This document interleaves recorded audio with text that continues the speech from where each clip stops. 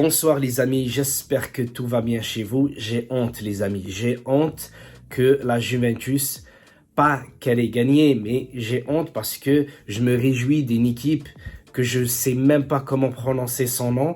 C'est une équipe qui jouait la deuxième division l'année dernière, c'est même pas un grand nom du football italien.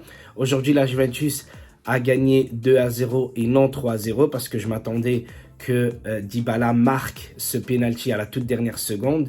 Mais les amis, qu'est-ce que vous voulez que je vous dise? La Juventus a très bien joué. La Juventus a maîtrisé son sujet, mais sans être extraordinaire. C'est pour ça j'ai honte, voilà. Parce que on se réjouit quand notre équipe gagne contre une grande équipe. Quand une équipe qui a, par exemple, causé énormément de mal à la Juventus sur un terrain, sur 90 minutes.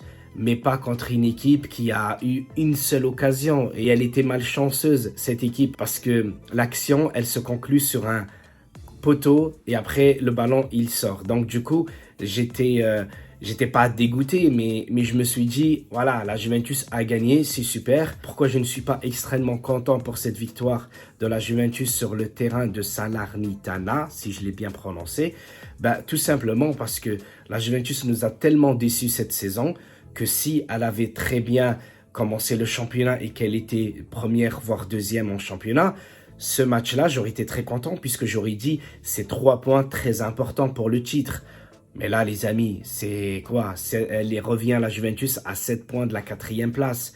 L'Atalanta, tout à l'heure, elle a joué, elle a gagné 4-0. Donc, vous imaginez ce que ça a fait. Donc, l'Atalanta qui vient nous battre à domicile. L'Atalanta, aujourd'hui, qui gagne 4-0. Donc, voilà, l'Atalanta est de retour, les amis. Et j'espère qu'elle finira au moins deuxième, voire pour la Ligue des Champions, quoi. Et elle fera une très, très bonne saison en Ligue des Champions. Mais pour la Juventus de Turin, les amis, Dybala a marqué, Morata a marqué enfin un but et un but très chanceux puisque le gardien l'a laissé passer entre ses jambes et qui a été passeur, Bernardeschi.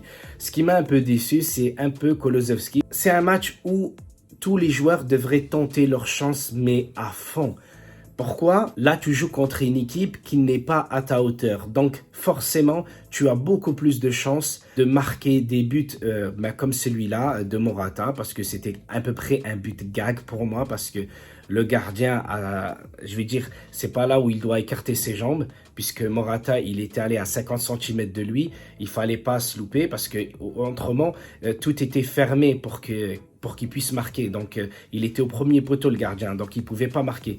Et là, je me suis dit, pourquoi Kulusevski, à plusieurs reprises, au lieu de tenter une frappe, il ne tente pas. Il essaye de la faire comme Dybala. Mais Dybala, ne t'inquiète pas pour lui. Parce que le premier but de Dybala, il a été magnifique. Parce qu'il a été de l'extérieur de la surface. Et lui, il n'a pas hésité à tenter. Donc, essaye de tenter un peu plus. Parce que je sais que l'équipe de la Juventus, c'est une équipe...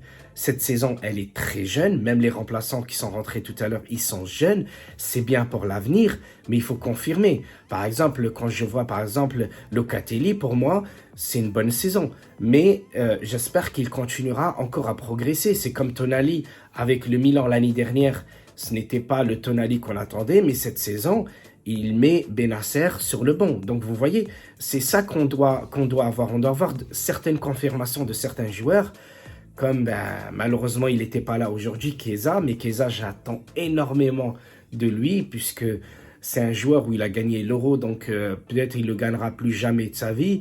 Peut-être qu'il ne gagnera jamais une Coupe du Monde. Mais il peut quand même gagner une Serie A, voire une Ligue des Champions avec la Juventus. Donc c'est sur ça que j'attends beaucoup plus des joueurs comme Dybala. Mais Dybala, voilà, il a raté ce penalty, donc on n'y peut rien. Mais des joueurs, comme je disais, Moïse Kean qui, je sais pas, franchement, on dirait qu'il lève jamais la tête. Il essaye de courir, mais quand il court, il essaye de faire des... Je sais même pas, il fait des actions, franchement, j'arrive même pas à les expliquer. Quand je le vois, je me dis, allez, vas-y, tente. Essaye de frapper, essaye de faire une 2, essaye de partir en profondeur. Mais il le fait pas, il essaye de prendre le ballon. C'est comme Chiesa, quand il a débarqué à la Juventus, quand il courait vers le but, il levait jamais la tête. Donc, il allait toujours la tête baissée et souvent, il y a des défenseurs qui se mettent sur lui et du coup, il perd souvent le ballon.